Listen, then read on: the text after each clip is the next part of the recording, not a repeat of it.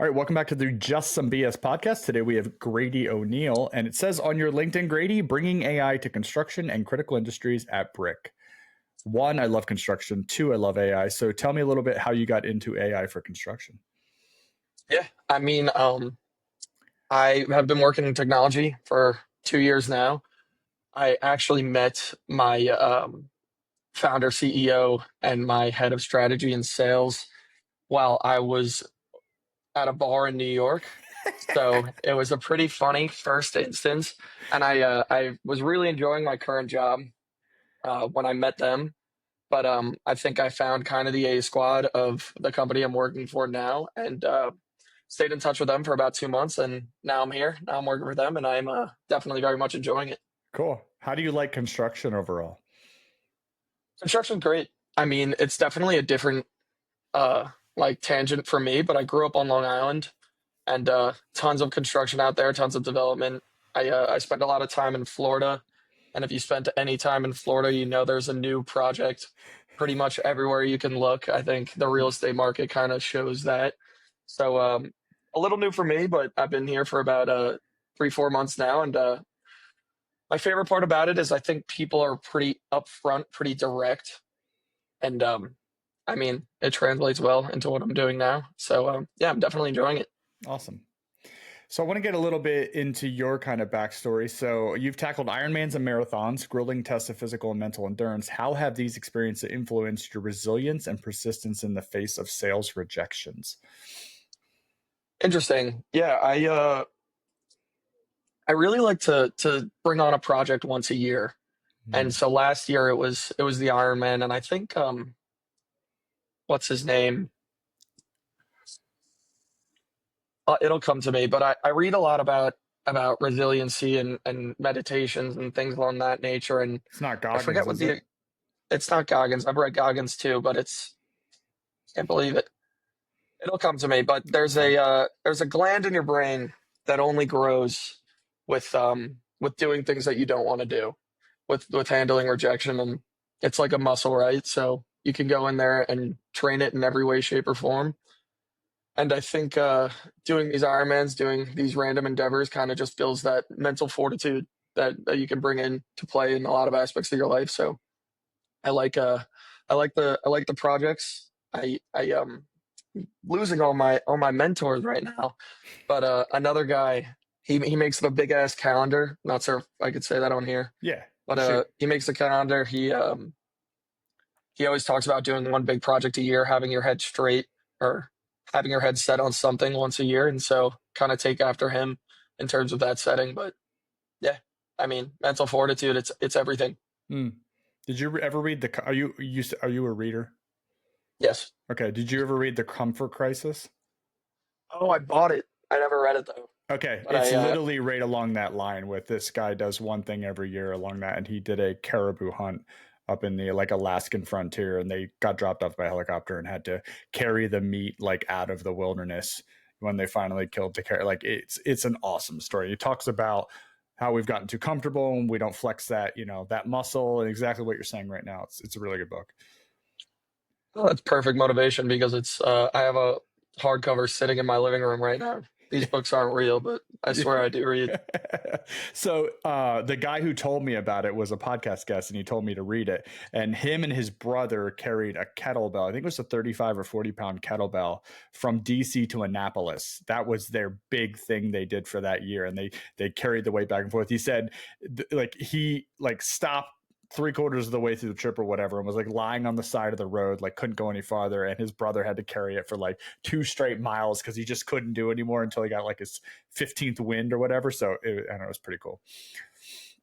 It's the random shit like that you can just do for your brain that'll strengthen you like nothing else. I mean, you can go get rejected, go do whatever you want in a physical and a professional setting, but it's those random stories that I love. Yeah. Speaking of rejection, so rejection is a common aspect of sales. What mental frameworks or techniques do you employ to maintain motivation and focus after facing a series of no's? I mean, I think in terms of a sales organization and a sales world, you'll lose that motivation pretty quickly if you don't believe in the product that you're talking about. Mm. And so a lot of times if I'm calling somebody cold, if I'm emailing someone, I would get pretty disheartened if they said no and I didn't really think that I had any value to give them. So I think regardless of what you're selling, whatever, however you're reaching out to people, as long as you have that backbone of I know I'm here and I know I can help people, then it'll be a lot easier to maintain that motivation. So I think it all stems in the product of what you're doing, and then the motivation to get it out there is it comes naturally. Mm. Did you go through sales training with a strategy or a process, or how did you gain that skill? I don't know. I think sales is a weird one. So I come from a traditional finance background, and I took all the tests, took my Series 7 CFA, all those like traditional training programs. But I think sales is it's definitely something that can be trained. I read books on it all the time, but I would say no, I didn't go through that much of a formal sales training. I mean, the company I'm at now, it's a pretty lean and mean team. So it's kind of a like I wouldn't say getting thrown into it, but the company I was working at before then, it was a lot more of a formal training process. But in terms of sales training, I think it's a lot of doing it on your own and Mm. kind of figuring out the best way you can personally approach things because everybody's different in the sales world. So it's there's a lot of different ways to do it, and you kind of got to find your own niche. Mm. Do you think it can be? Do you think there can be a process put to it? Yeah, I mean, there could be a process put to anything, but I think finding your internal voice in terms of how you go about things is something that can only be done on your own regard. When yeah, so you didn't do this to me, and thank you for not doing this to me, but like a huge issue I have with just sales approaches in general is like that whole never take no for an answer whole thing. Like that drives me insane when I'm clearly stating that I'm not interested, but people just think that's just part of the game. Like there's no hunt with me. If I'm interested in something, I'll just tell you.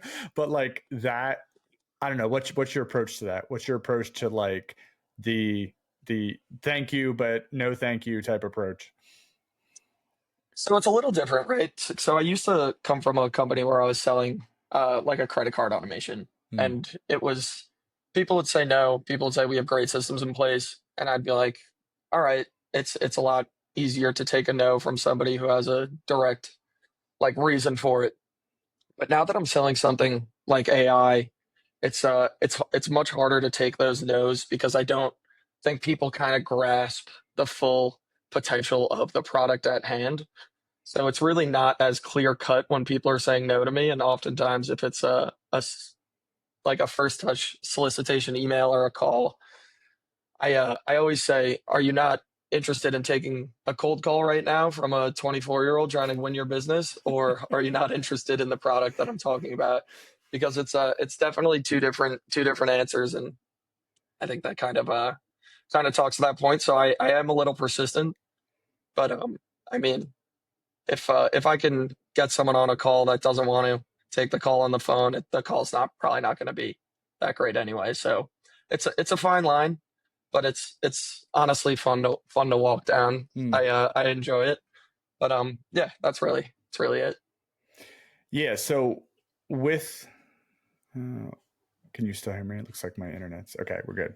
So the construction industry is traditional and it's been slow to adopt new technologies. And when you're trying to sell something like AI, so how has Brick leveraged the kind of AI automation to drive change and efficiency in a sector like we're probably 20 years behind on most things, right? We're slow to marketing, we're slow to AI. Just construction in general is tough to change. So what's been your approach to that? Because you could be selling something that literally could change our entire environment, but we're slow to that all the time. Yeah, I mean, I always bring it back to like think about like 1985. You you were using a computer, and it was pretty much automating a lot of the day-to-day workflows, but a lot of people were slow to bring on that computer, slow to innovate because it was just something new, right? New is scary, and there's definitely latency in construction around new technologies. But we think of ourselves as the same way as I always say on calls when the Model T was being built, it was 100 guys in a room, two machines doing some of the heavy lifting. And if you look at how a F-150 is built today, it's 100 machines and two engineers making sure those machines are doing their job. So I think there's definitely a general like kind of hesitancy to talk about AI, to understand that AI is the next kind of digital transformation that's going to go on, similar to the computer. But it's really it's taking those processes that now need five or six people in a department of your company and completely automating them to a no touch system. So that's why I am persistent, and that brings me back to handling the rejection, because I know that it's there is that latency. But yeah, I feel like I'm getting off topic a little bit, but No, you're good. What so what do you guys offer? I like to think of ourselves as a robot company, like the same way those robots are making F-150s, or you can think of it as like a Roomba. Mm-hmm. Like right now, you're used to picking up a vacuum, doing all the work yourself. You can get a Dyson and you can make it as best as most efficient as you want to, but you pick up a Roomba, and now all of these different things are being completely done on their own. So we really just try to identify kind of the mundane workflows. Where in your company are you linearly hiring as you grow, and where's the juice worth the squeeze, where we could put a robot in place that'll bring efficiencies to your company. So that could be any sector of construction, from backroom staff to project execution to KPIs, project reporting, any of that. As long as there's I'm guessing an open API with an ERP. No, I actually it's funny you say that. I really don't enjoy APIs. I mean, there's obviously great ways for APIs to enhance productivity, but I think APIs were really created for really when one company has enough skin in the game, when one company is paying a software company enough money, they're saying, "Hey, why am I hiring two people to bring data from one thing to another when you could create an API and it'll be done for me?" But APIs are taking data from the back end of all these disparate systems. What we're doing is logging into the front end, the same way Jenny or Johnny in estimating and accounting and spend and analytics and project management, whatever it is, logging into the front end of any of those systems and doing the same way Jenny or Johnny would. And that's kind of the beauty of AI, is that it can understand the logic between everything it's looking at. I mean, you could ask ChatGPT to make you I don't know, a Model T assembly line that was made completely from gold and diamonds. We can understand the logic behind logging into NetSuite or Sage. So it's really that's kind of where the innovation comes in with the AI.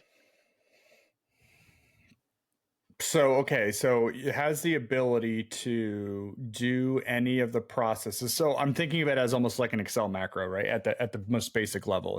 It's the keystrokes and the understanding of exactly what a person can do, but replacing that with something that does it automatically, that you're not paying benefits for, obviously, and health benefits and everything else. You're taking the mundane away from people so they can upskill themselves to do something more important. Exactly. I love that you said Excel macro. It's an Excel macro on steroids, and throwing a large language model behind it. So it's really the mix of a million technologies. We're not only using AI. It's having that large language model behind the robotic process automation, the computer vision. It's all those different things. So it's exactly that. It's a large language model on steroids. I'd like to think of it, anything you could hire Jenny or Johnny off the street and train them to do, you could train a robot to do. And when you say robot, you literally just mean a technology robot as a computer doing a task or multiple tasks or a specific role. Exactly. I like to think of it as more department than role, but Mm. exactly that. So inputs, outputs. The reason I'm asking you this, because now I'm interested. Input, outputs, like what do you need to make it, like, okay, let me give you a scenario. How can let's take estimating. Estimating is one of the most tribal knowledge roles in I think probably the entire construction industry. You have to take somebody that has years of experience in the field or doing something, and then they turn into an estimator because they can read things, see the future, and put them into numbers. Do you have the ability to take an engineered drawing from a customer and estimate it based on BOMs or whatever? Or do you need a library to back that up to be able to put values to? Yeah. I mean, whenever somebody asks me these questions, and I get it all the time, I ask, can you train somebody to do this off the street? Okay. Can you say, here, Johnny off the sidewalk, can you distinguish a set of rules to tell Johnny that he can go take actions from? Gotcha. So it's all standard operating procedures, right? So if there's a way we can make this a uniform task, AI can do it, a robot can do it within the department of your company. All right. So if you can build an SOP around it, then you can have a robot do it, period. Exactly. Okay. And it's not limited to any sort of, like, a lot of people will say, oh, is this an AP tool? Because that's low hanging fruit within automation, but it's anything. It's we have an entire drawings autopilot. We're working with, I mean, 1,000 companies in the US right now. So it's a fun place to be, where companies are seeing the technology at hand and then coming to us saying, hey, could you do this? And then we're thinking, we haven't in the past, but let's work together and build something out for this. Yeah, because I've been asking a couple AI companies about one takeoffs for large engineering drawings, and I know AI is having a problem with pictures versus words right now, but that's going to change, right? It's going to evolve in the future. But like I always, whenever I'm trying to explain it to someone in the simplest form, it's the bar game at the corner where one picture, there's many differences, but the human eye takes a while and you have to tap on as many times so the picture doesn't match each other. Like, we get into that situation where engineering drawings come back to us, they're marked up somewhere in this 400-page document. It takes a PM probably 4 hours to come through 400 pages to find 3 things that change that were not highlighted, because that's a change order possibility, right? And a change of scope. I want a computer to look through it in 4 seconds and tell me, go to page 79 and 372. Those are what changed.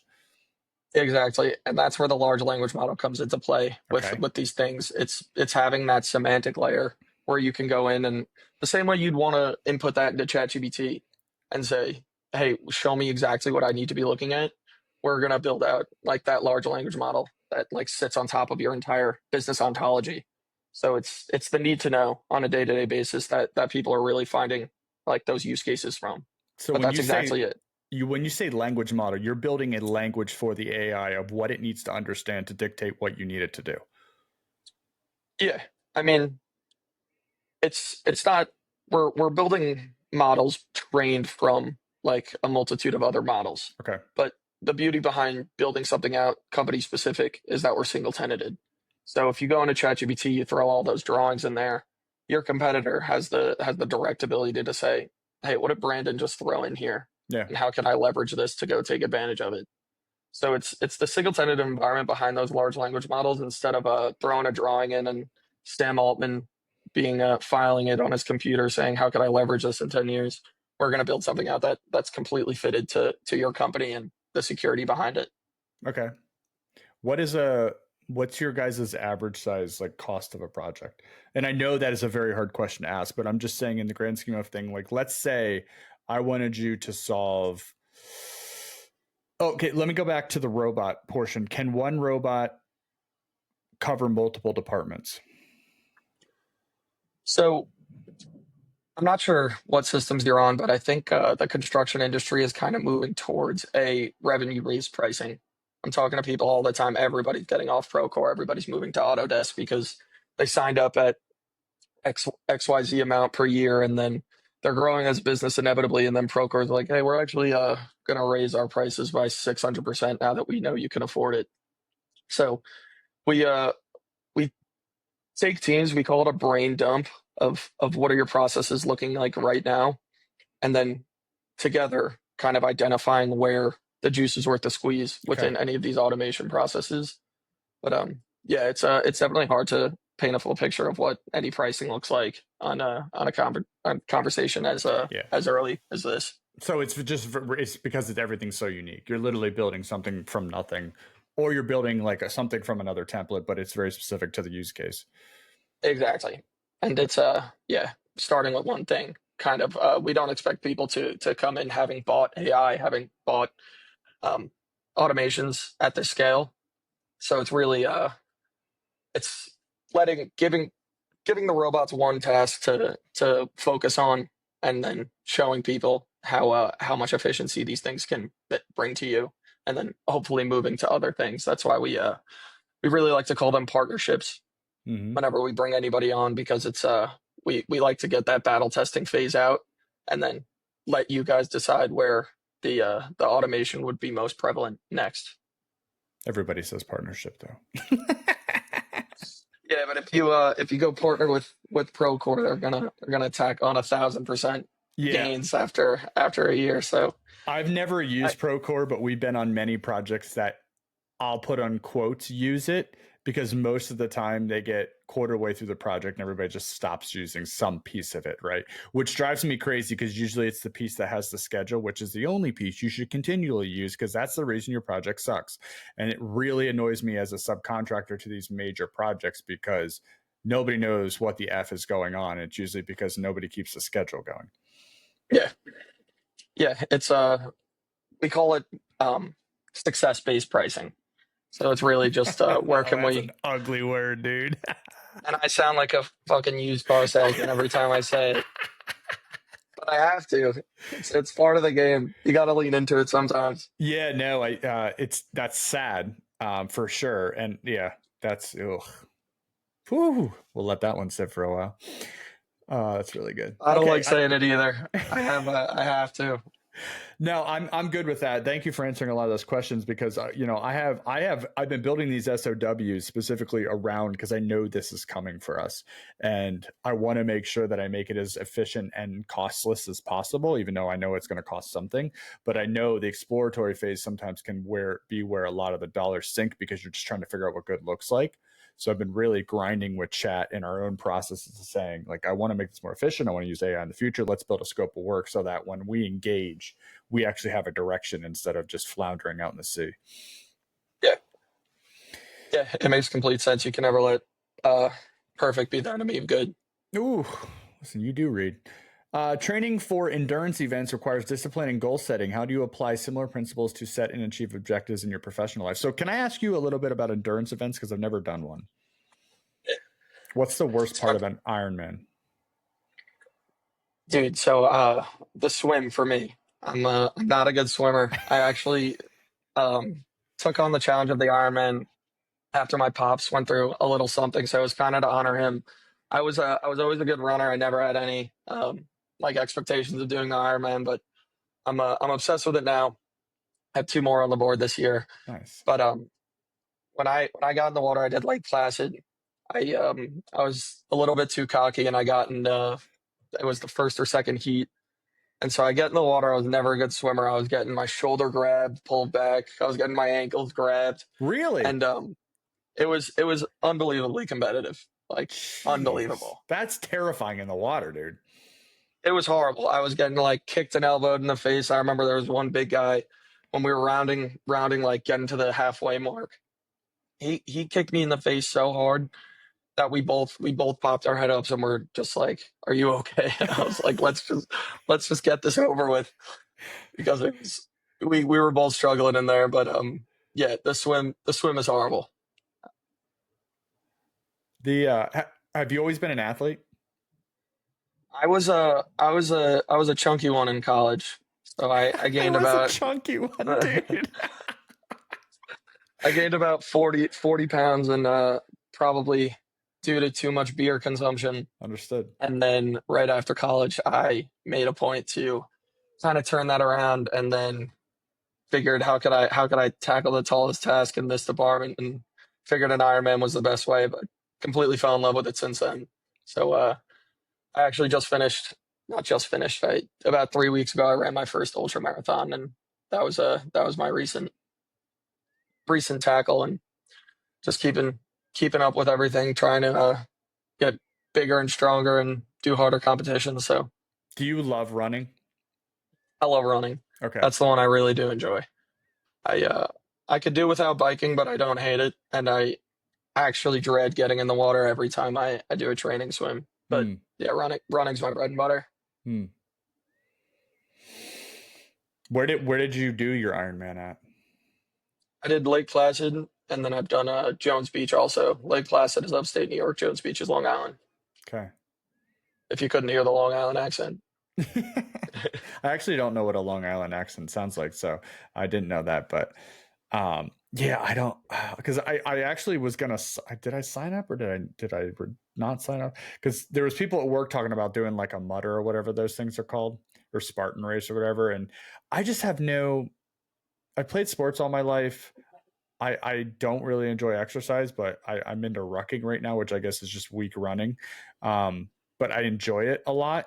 But I'm trying to like really make it a habit to really enjoy it. So I'm trying to tie it with things like listening to a book or listening to something that I really enjoy.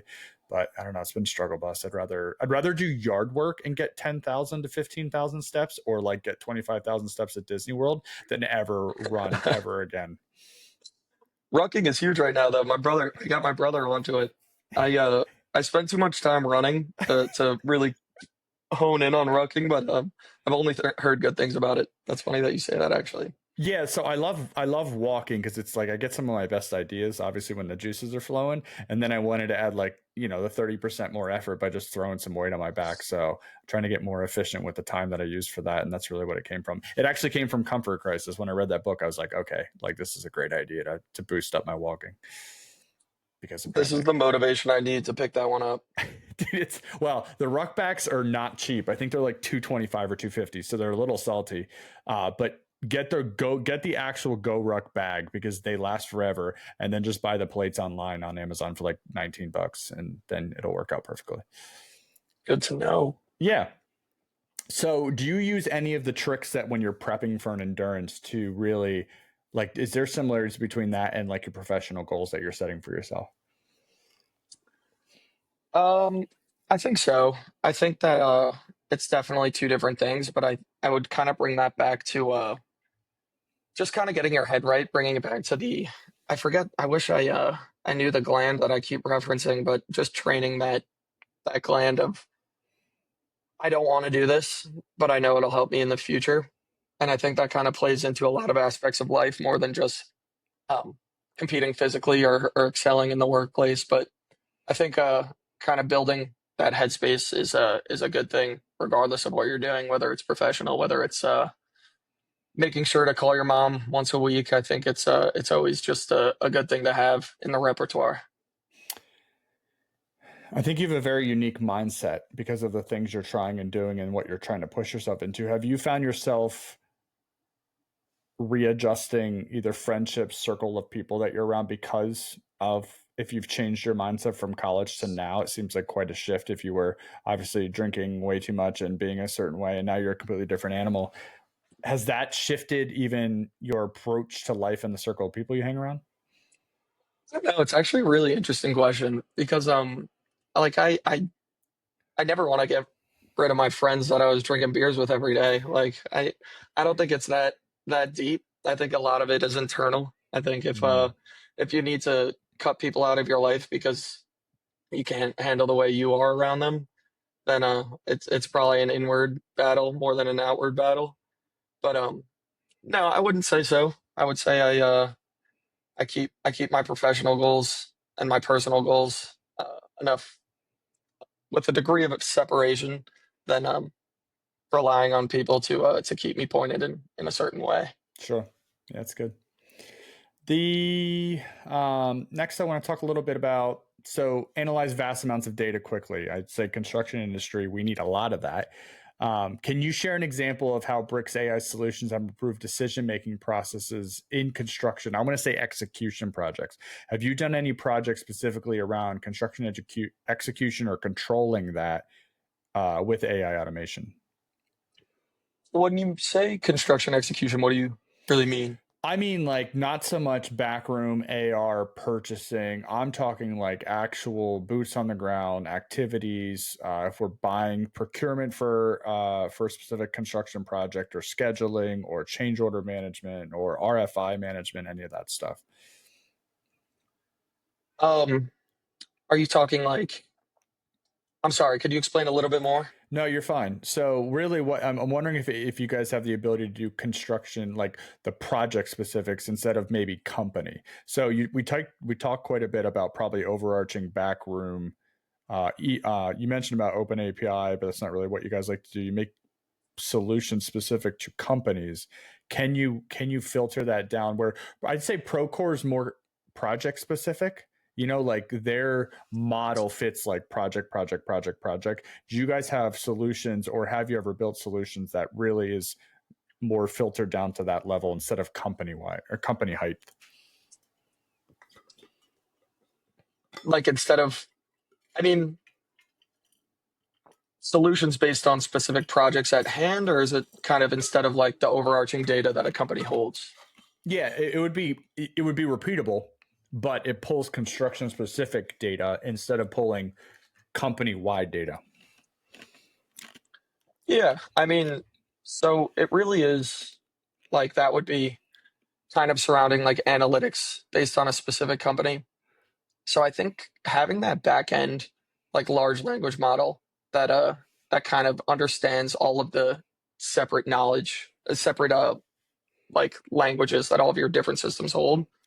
Let's say like if you wanted to go into a large language model at Brick, you could go in and ask, show me the risk variables of XYZ project happening in this region of the world, Hmm. and some things I should keep an eye out for based on, for example, like the tariffs going on.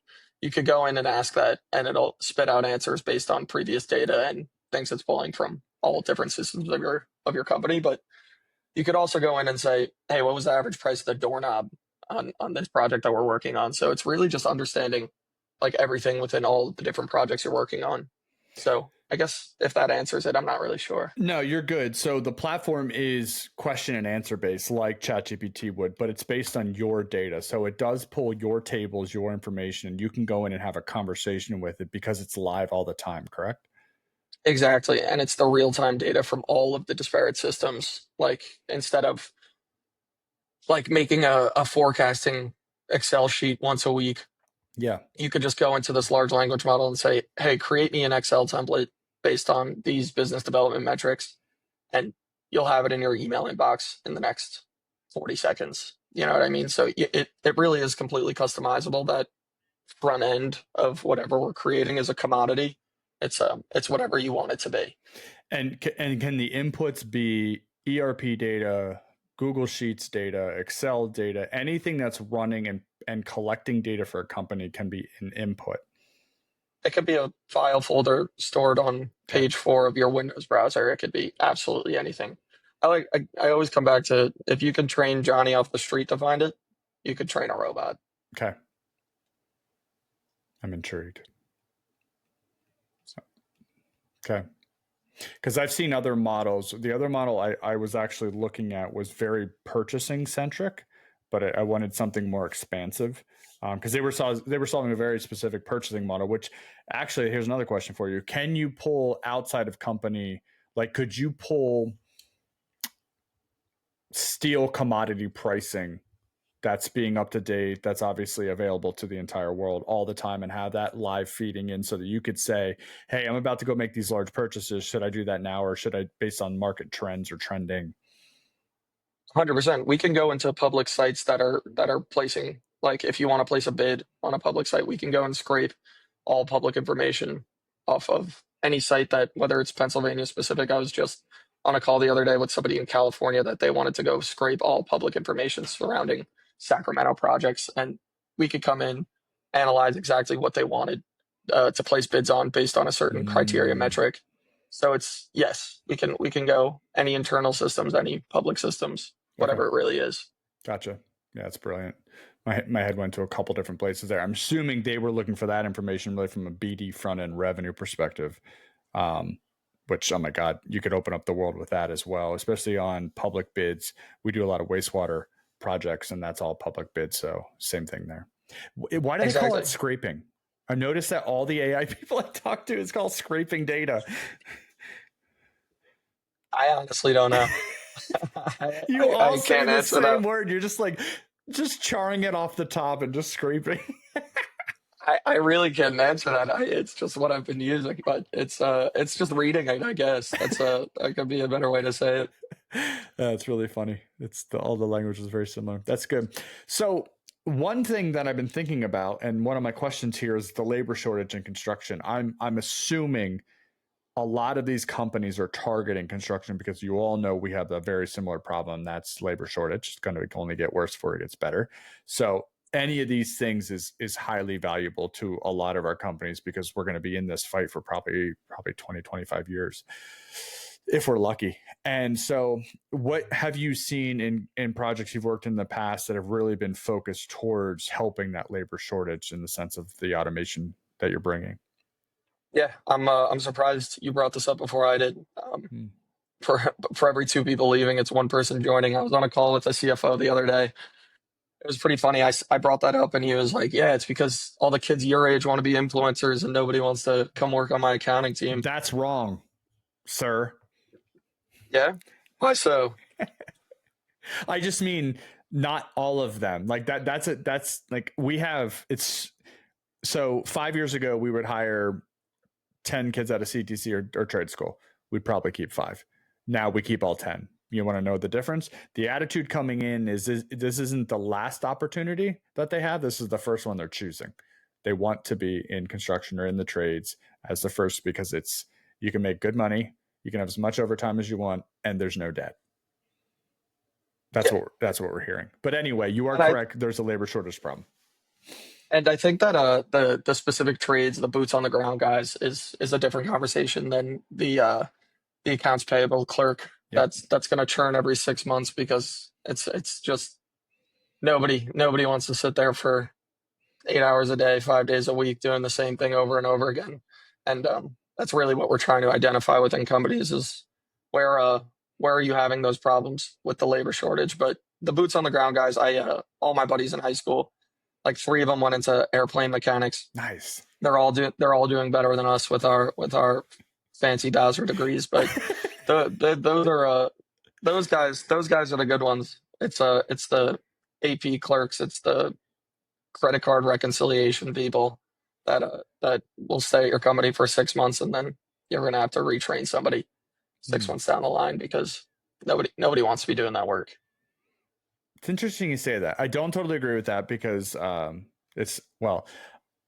I would. So I want to grow and scale, but I want to keep a very similar overhead percentage, right? So I want to keep that really, really low and keep that really tight and lean so that the scaling of the company is really where the money is made. It's with the direct labor, the crafts people, the people who are doing amazing work. And then we just support them in every way possible through automation, through enough people as well. But I'm with you. I think a lot of these processes can be automated because, like you said, if you can teach someone how to do it, robots can do it too, and can do it faster, and then you can upskill them into something new and something awesome.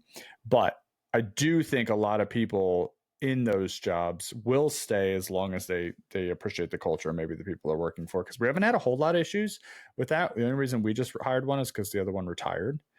But I get what you're saying. There's a lot of mundane work there that can be pretty boring.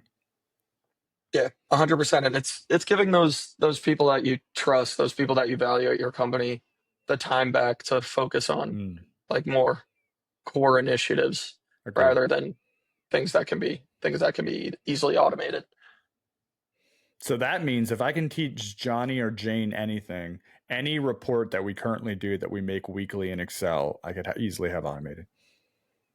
Yeah, tomorrow. Okay. I'll give myself more than that. Takes a little bit of time. Takes your buy-in. If you wanted it tomorrow and would give me a 12-hour call, then it could probably be tomorrow, but probably a little more time than that. Understood. That's awesome. Yeah, I mean that I know it's there, and it's going to be coming quick, and we're on. I mean, I wish our employees would do more than what they are right now. They're starting to dip their toe in. I mean, I probably have like 100 open chats right now, just of all the different things that I'm interested in, and it's crazy what you can build. And I'm doing like the average Joe portion, right? I actually did ask Chad just the other day. I'm like, should I, based on everything I have open right now, because now 4.0 can read all the chats together, right? I'm like, should I go for the $200 version? And it did a whole analysis for me on like why I should and shouldn't, and gave like, because everybody, you would think it would just be like, yes, of course, like you're paying me more money. It actually gave me, and it told me at the end of the day, no, based on your current what you're doing, the $20 version is more than enough. If you want to actually get a little bit of your time back, you go to the operator, $200 a month. It was crazy. I was like, oh, Yeah. you're so honest. I love you. I mean, OpenAI, their whole pricing is speculative right now. I don't think they need the extra $180. I don't even know what I haven't even looked into it. I was like, I can't do it. I can't give Sam Altman any more money. Yeah. So what's I'm like probably the people in the know? What's your go to? Like what chat or what AI do you currently use? I mean, it's different for a lot of things. I mean, if you want to go into like a Python coding, like if you want to build out some sort of like VBA, Python, anything like that, ChatGPT is far and away the best thing you can go for it. I mean, I'm definitely more on like the systems of record. Like I want to be like getting information more than like a Dolly. If I wanted to paint a pretty picture using like a Van Gogh style, I mean, there's a different pinpoint solution for anything you really want. But I think like a little bit of time. I know Llama is like really good with like crafting text, and then there's like good ones that people are using for like a lot of the mathematics behind some of the coding procedures. ChatGPT is far and away the best one for actually coding. I mean, there's a million different ones that you can go in and really leverage for their specific use cases. But I mean, there's it's really it's hard to say unless you ask like something specific around it. Gotcha. There's a club in the bag for every different scenario. Exactly. I think that's what scares people away. Yeah, it's definitely a tall task to kind of delve into it on a personal level, but it's uh it's worth it. I mean, it's really it's the next revolution of technology after the internet. So What's the most surprising thing you've done with it personally, outside of work? I don't know. One thing I did with it because I had a coach for my Ironman, and I just was looking into a bunch of different like dieting things. Right now, I'm training for a like an amateur fight where I have to drop like 18 pounds in the next 4 months. Whew. So I'll go in there and I'll do dieting methods. I'll do like training blocks that are most effective on like if I want to get my bike time down. So it's really it's garbage in, garbage out, right? So I can Mm-hmm. input a bunch of different variables, different articles based on all of these professionals in the space and say, these are my metrics. This is what I want done. You are now a like professional like training coach. Tell me what I need to do. And it's really can do whatever you want for it. So the dieting one was weird. I mean, there's uh, applications out now where you can take a picture of your fridge and it'll show you exactly what meals you can make and all the macros on it, how many calories you need to stay in a deficit. But it's pretty unbelievable what even like the basic models, the free version of ChatGPT will give you metrics that you could never believe of. Yeah, I love as soon as 4.0 got released, I did a with every chat I had open in all of my hobbies, I did a what's my superpower. Actually, like what should I do with the rest of my life to get the highest potential and to give back to humanity at the highest level? And it was fucking crazy. It gave me like a It's slogan a to live. crazy prompt. Dude, it blew my mind. I was like, oh, yeah, it was great.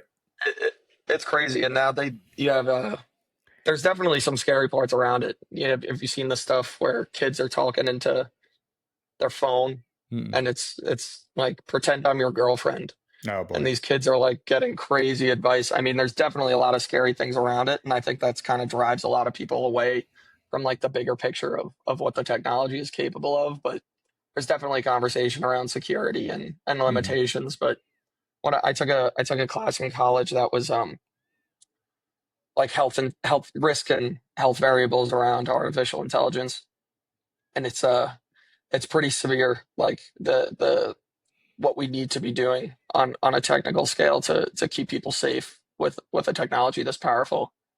And I was just watching on the UN summit. They came out and said the original title of the summit like a year ago was "How are we going to limit this?" And then the summit this year was "How are we going to use this?" based on a set of limitations. So it's really, people are understanding that it's an inevitable technology, but there are definitely some scary places that it can go, and just understanding that and growing with it is definitely important.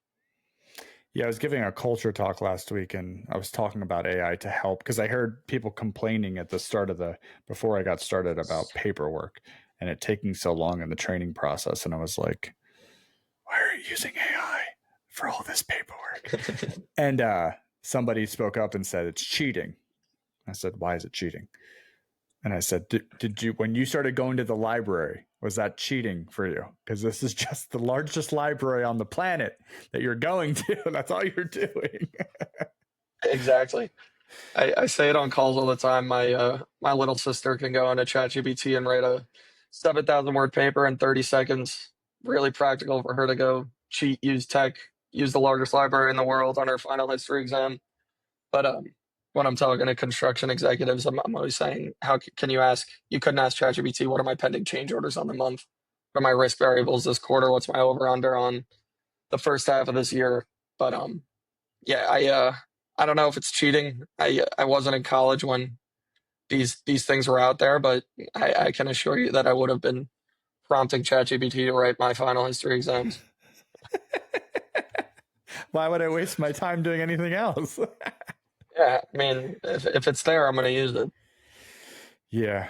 Yeah. And I think it's so interesting because I feel like I'm a very good process. I love building process and systems. And like, so this is like, it makes me feel like I can do anything because like all I have to do is figure out a way to follow a process to come to the end, but then just keep critiquing myself through the process as I'm going through. It's just like, oh my God, I love it so much.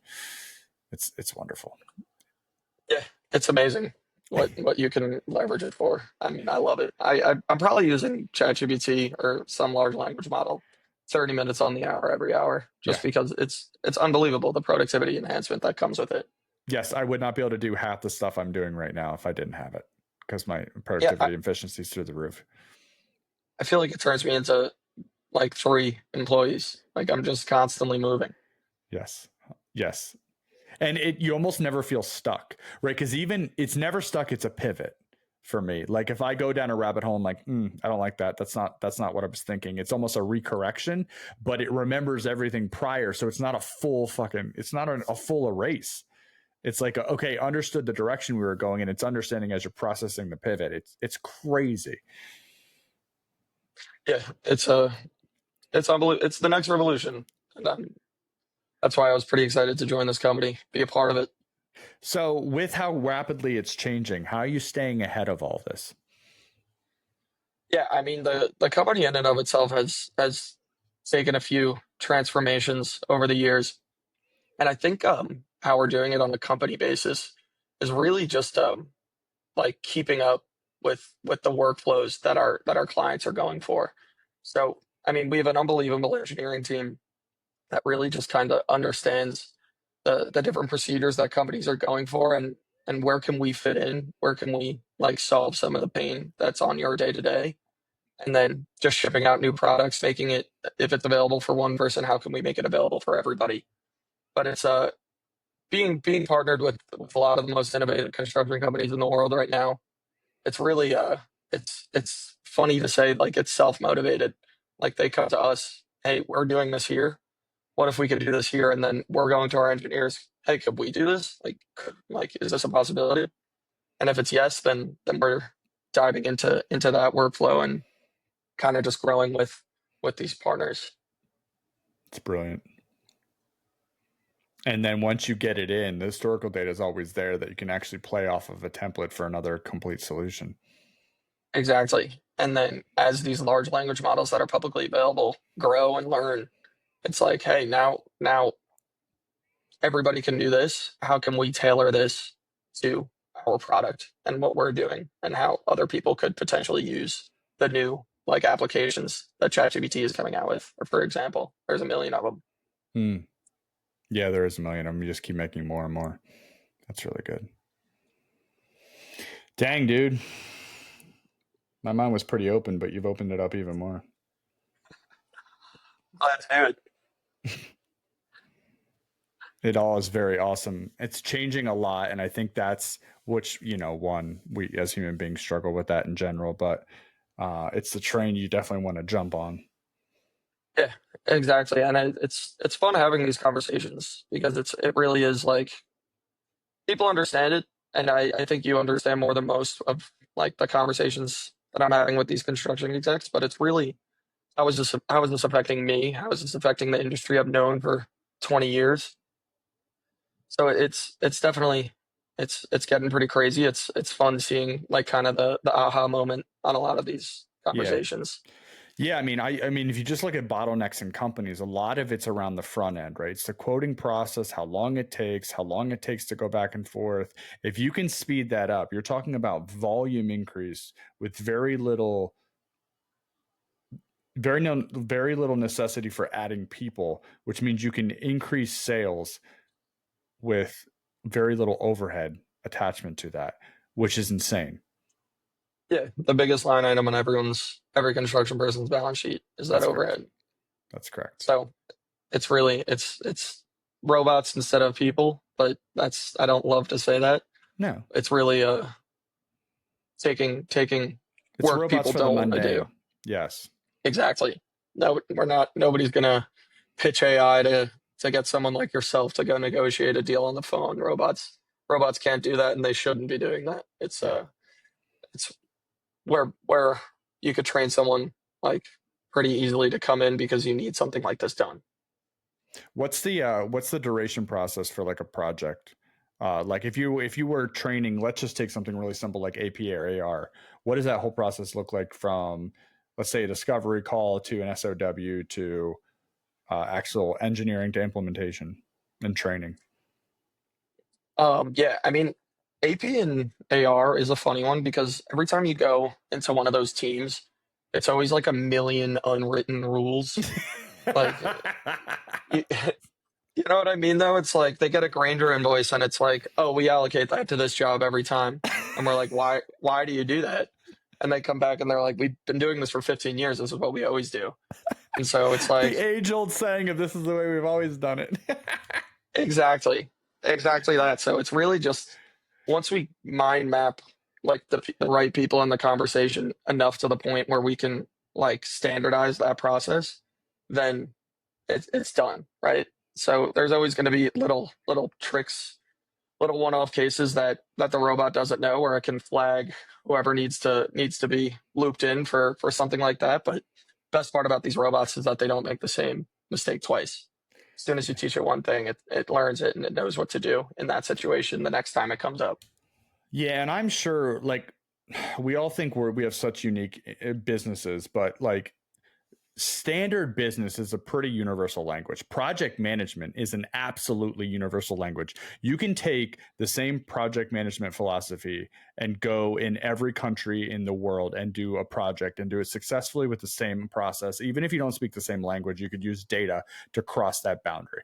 So in business, it's the same thing. We're all frontline sales, trying to win work, running something, collecting the money on the back end, paying the bills it took, and then you close the invoice out and you move on, right? So once you start going through these, you guys probably have triggers that you say all the time of like, okay, this is a little bit different than the 10 other construction. Why do you do AP this way? Exactly. And it's just identifying what those standard operating procedures look like at your company. Yeah. Which makes it even faster for duration and an output to a solution, which makes the customer that much happy, which means there's repeat. Exactly. And it's those one-off cases where it's all great and good to automate things to give that time back to those employees, but it's the human error that's involved in some of these mundane Mm. tasks, like whether it's COI reporting. We had a company that they were using our AP tool and they brought us on for COIs. They were processing 8,000 COIs annually, expecting it to surge to 12,000 the next year. Completely automated, zero touch system where we come in and save them about 2 to 3 hours, 2 to 3,000 hours of human labor that year. But it was the reason they brought us on for COIs is because the year before that they had a job site accident, Mm. didn't report a COI within 4 days. That was standard for that And that next Monday morning, they had a $500,000 legal claim on their Mm-hmm. desk that they ended up having to pay off. But it's really death by a thousand cuts with that human human error within those mundane workflows, whether it's a missing an AP invoice within within like a project closeout and you have to pay $4,000 there, or missing a COI that's worth $400. It's really just every project that you work on, there's probably 1,000, $2,000 getting tossed away in one way or another, and it's largely due to human labor or human error within that. Oh, it's really good. Okay. It makes a lot of sense. My brain's going 1,000 miles an hour right now, which I'm sure was your ultimate sales approach, you SOB. No, it was good. That was very fascinating, very helpful to know what's out there. Hopefully it was helpful to some other people. I mean, because it's not, I know you guys focus on construction, but literally all businesses really are close to the same. It's we're really critical industries in construction, but started in construction. Our founder was the second-hand man at Procore when he saw kind of the capabilities That's of where these it is. things. That's the connection. So yeah, he made the jump about 8 years ago when he saw the capabilities that that AI and combining a few of these technologies could make. So yeah, starting in construction, but we're expanding into a ton of different things. Really, That's just sick. similar industries. Yeah, it's cool. It's an exciting place to be. How big's the company? Right around between 100 and 120 people. Okay, cool. That's good size. Yeah, we're about 165. Yeah. Yeah, that's sick. Well, dude, do you have anything else you want to share? I mean, this was fascinating for me. Thank you for answering all the deep-rooted questions. And one, I just can't imagine running as long as you do and hating swimming and then putting yourself through it in a lake and getting kicked in the face. I mean, that's just crazy. You sound like you're really in a good mode of like constantly challenging both your body and mind. Yeah. I mean, it's what you got to strive for, right? And being in AI, it's definitely Mm, keeping keeping me busy. Always learning. There's always something to learn. Somebody that's smarter than me that I can go learn from. Someone I can go read. So yeah, it's all's been good. that's awesome. Anything you want to promote? I don't know. Maybe Brick Okay. AI automation. I think I If have been the past 45 minutes, but Yeah. I'll Well, double down on that.